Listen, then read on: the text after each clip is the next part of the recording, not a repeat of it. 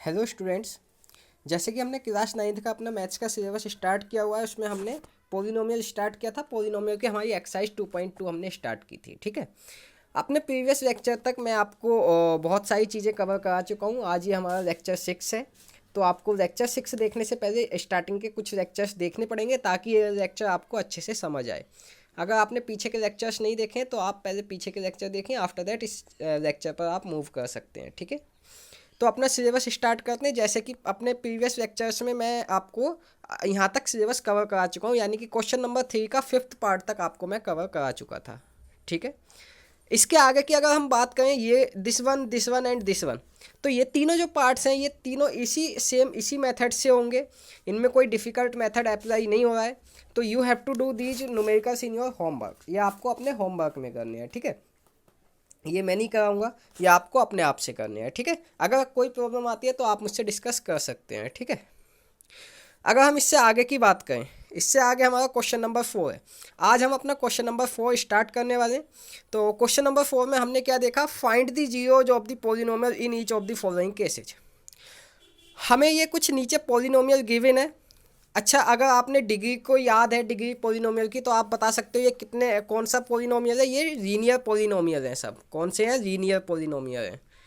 ठीक है, और लीनियर पोलिनोमियल का जीओज फाइंड आउट करना बहुत ही आसान होता है, कोई डिफ़िकल्ट नहीं है। ठीक है, कोई डिफ़िकल्टी नहीं आएगी। डिफ़िकल्टी आपको आएगी क्यूबिक के जब आप फाइंड आउट करेंगे।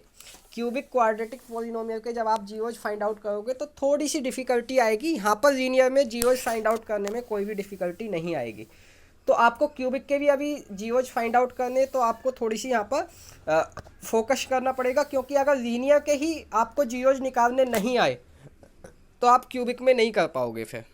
ठीक है, तो स्टार्ट करते हैं। इन्होंने बोला है find the zeros of the polynomial in each of the following cases. हर एक पोलिनोमियल का हमें जीरोज फाइंड आउट करना है। मैंने बताया था जितनी डिग्री होती है पोलिनोमियल की, अपने फर्स्ट लेक्चर में मैंने आपको बताया था जितनी पोलिनोमियल की डिग्री होगी उतना ही आपके जीरोज फाइंड आउट होंगे, यानी कि उतने ही नंबर ऑफ जीरोज होंगे। जैसे अगर हम इन सब पोलिनोमियल की बात करें तो इन सब पोलिनोमियल की डिग्री कितनी है? 1 है। इन सब पोलिनोमियल की डिग्री कितनी है? 1 है। यानी कि सभी के जीरोज, इसका भी एक जीरो होगा, इसका भी एक जीरोज होगा, इसका भी, सबके एक एक जीरोज होंगे, क्योंकि इनकी सबकी डिग्री 1 है। अगर किसी की डिग्री 2 हो जाती तो यहाँ पर जो नंबर ऑफ जीरोज आते फिर वो 2 आते। ठीक है, कोई बात नहीं। अगर ये बात समझ नहीं आई तो अभी एक्सरसाइज 2.4 में आपको बहुत अच्छे से समझ आ जाएगी जो मैंने अभी बताई है। अब आप इसका जीरोज फाइंड आउट करना सीखिए। ठीक है, देखते हैं आगे क्या करना है। तो पहला क्वेश्चन हम स्टार्ट करते हैं अपना नंबर 1। यस यस, क्या है? Find the zeros of the following polynomial. ठीक है, जो भी है हमने एनसीईआरटी में देख लिया। इन्होंने फर्स्ट क्वेश्चन हमें दिया है P x is equal to X plus 5। हमें फर्स्ट क्वेश्चन क्या गिवन है कि भाई P x is equal to X plus 5 हमें पहला पोलिनोमियल गिवन है। इसमें क्या होगा? To find zeros find out करने के लिए हमें क्या करना पड़ेगा? P x is equal to zero put करना पड़ेगा। ठीक है, P x is equal to zero हमें यहाँ पर पुट करना पड़ेगा। तो कभी भी आपको किसी भी पोलिनोमियल का जीरोज फाइंड आउट करना है, आपको उस पोलिनोमियल को जीरो से इक्वेट करना ही पड़ेगा। तो आपने ये p x is equal to zero put कर दिया। अच्छा, पी एक्स की वैल्यू कितनी है? X plus 5। तो यहाँ से क्या आ गया? X plus 5 is equal to zero आ गया अपना। ठीक है, अच्छा, यहाँ से आपने 5 को इधर ट्रांसफ़र कर दिया तो एक्स इज इक्वल टू कितना आ गया? -5। बस यही आपका जीरोज होगा। ठीक है, यानी कि हमें कुछ नहीं करना होता जीरोज फाइंड आउट करने के लिए। हमें सिंपली क्या करना होता है? पोलिनोमियल को जीरो से इक्वेट करें, आफ्टर दैट हम अपने वेरिएबल की वैल्यू को फाइंड आउट कर लें। जो वेरिएबल की वैल्यू आती है वही हमारी जीरोज कहलाती है। ठीक है, जैसे यहाँ पर x की वैल्यू -5 आई है तो x is equal to -5 is a zeros of P X. ठीक है, x is equal to -5 is a zeros of P X, ये होगा। ठीक है, कोई प्रॉब्लम इसमें? अगर ये समझ आया है तो थोड़ा सा और आगे चलते हैं। सेकंड क्वेश्चन देखते हैं हम अपना। सेकंड क्वेश्चन में क्या कहा है इन्होंने? P x is equal to X -5। तो to find the zeros find out करने के लिए, to find zeros put P x is equal to zero, हमें पी एक्स को जीरो पुट करना पड़ेगा। बिल्कुल बताया मैंने। पी एक्स को जीरो पुट किया यानी कि इसको जीरो से इक्वेट किया। देखो x minus five is equal to zero, यहाँ से x की वैल्यू कितनी आ गई, 5 आ गई, तो x is equal to 5 is a zero of P X. मुझे नहीं लगता इसमें कोई डिफ़िकल्टी चीज़ है, बस 2 ही स्टेप्स आपको करने हैं इसमें। सबसे पहले जो आपको पी एक्स गिवन है उसको जीरो से इक्वेट कर देना है।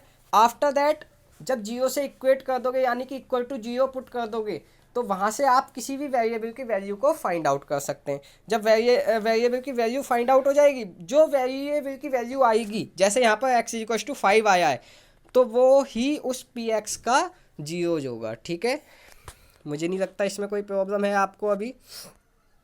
ठीक है, और थोड़ा सा आगे चलते हैं, थर्ड पार्ट देखते हैं इसका। यस, तो थर्ड पार्ट में क्या बोला है हमसे, P x is equal to 2x plus 5, ये हमसे बोला गया है। ठीक है, हमें फाइंड आउट करना है to find zeros put P x is equal to zero. हमें जीरोज फाइंड आउट करने के लिए पी एक्स को जीरो से इक्वेट करना पड़ेगा। मैंने कर दिया यहाँ पर, देखो यानी कि ये is equal to zero, 2x plus 5 is equal to zero होगा। यहाँ से 2x इज इक्वल टू क्या होगा, -5, तो x इज इक्वल टू क्या आ जाएगा, -5/2। देखो आ गया कि नहीं आया। अच्छा, ये जो आया है x इज इक्वल टू -5/2, इसको क्या बोलेंगे हम, इस पी एक्स का जीरो है। क्या बोल दिया, hence x is equal to -5/2 is a zeros of P X. x is equal to -5/2 क्या कहलाएगा, इसका जीरोज कहलाएगा। ठीक है, इसमें कोई प्रॉब्लम आपको, मुझे नहीं लगता शायद कोई प्रॉब्लम होगी। अगर फिर भी कोई प्रॉब्लम है तो आप मुझसे डिस्कस कर सकते हैं बाद में। ठीक है, इसी तरीके से ये बाकी के न्यूमेरिकल्स आप कर सकते हो। सब में आपको क्या करना है, खाली पॉलिनोमियल को जीरो से इक्वेट कर देना है। जैसे ही आप पॉलिनोमियल को जीरो से इक्वेट करोगे आपका आंसर आ जाएगा। ठीक है, तो मुझे नहीं लगता इसमें कोई प्रॉब्लम है आपको। लेकिन ये जो क्वेश्चन नंबर थर्ड था अभी जो मैंने आपको होमवर्क में दिया है, यस दिस वन, इसका एक जो पार्ट है ये वाला दिस वन, ये थोड़ा सा अलग टाइप का है। तो इसको देख लेते हैं कैसे हमारा आया है, तो देखते हैं एक बार। यस, हमसे बोल रहा है P x is equal to 3x square -1 और हमें चेक करना है x इज इक्वल टू -1/√3 और 2/√3। ठीक है, तो क्या करेंगे, टू चेक करने के लिए p -1/√3 को कैलकुलेट करेंगे और p 2/√3 को हम कैलकुलेट करेंगे। उसके बाद क्या होगा, put x is equal to -1/√3। भाई p -1/√3 को निकालने के लिए x की वैल्यू को वही पुट कर देते हैं, बिल्कुल प्रीवियस लेक्चर में मैं बता चुका हूँ, कोई प्रॉब्लम नहीं है। ठीक है, मैं एक इन शॉर्ट आपको बताना चाह रहा हूँ कि ये थोड़ा सा डिफरेंस है बस। जब हमने p -1/√3 को कैलकुलेट किया ना तो इसकी वैल्यू हमारी जीरो आ गई। इसकी वैल्यू क्या आ गई, जीरो। सिमिलरली हमने क्या कैलकुलेट किया, p 2/√3। देखो इसको कैलकुलेट करने के बाद इसकी जो वैल्यू आई है वो 3 आई है।